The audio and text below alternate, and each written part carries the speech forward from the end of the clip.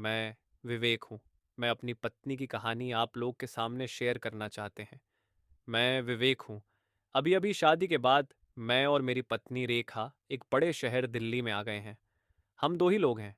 एक बड़ा घर है, मेरा एक अच्छा बिज़नेस है। मैं ये कभी सोचता हूँ कि मुझे बहुत अच्छी पत्नी मिली है। शहर में आए तो अभी हमें कुछ ही दिन हुए हैं। तभी मेरी पत्नी एक 18 साल लड़के को एक दिन घर में ले आई। मुझसे कहा कि इसे काम की ज़रूरत है। मैंने कहा, ऐसा क्या काम है जो तुम अकेली नहीं कर सकती? लेकिन मेरी पत्नी बोली, यह लड़का यही रहेगा और मेरे साथ कुछ काम करेगा। मैंने बोला ठीक है, किसी अजनबी जवान लड़के को इस तरह अपने घर में रखना सही नहीं है। वो भी जब मैं मना कर रहा हूँ। एक दिन की बात है, मैं अपने कमरे में सो गया।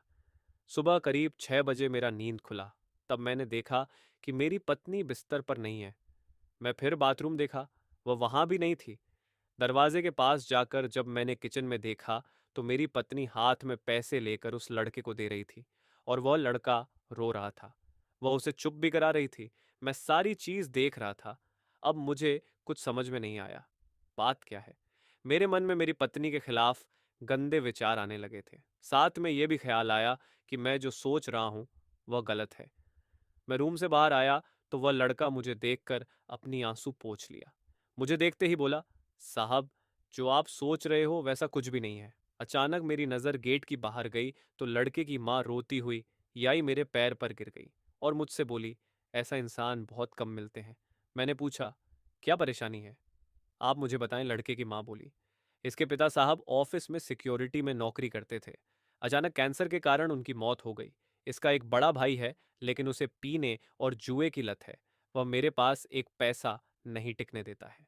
मैं अपनी बात लेकर मैडम साहिबा के पास गई और उन्होंने पैसे से हमारी मदद की। साथ में मैंने बताया, इसका भाई ऐसा है, तो उन्होंने कहा कि इसका यहाँ रहना सही नहीं है। इसलिए मैडम साहिबा इसे अपने घर लेकर गई। मैं सारी हकीकत जानने के बाद रेखा मुझसे बोली, मुझे उस समय जो सही लगा वह मैंने किया, इसलिए मैं तुम्हारे पास लेकर आई। मैंने बोला, बिल्कुल ठीक किया।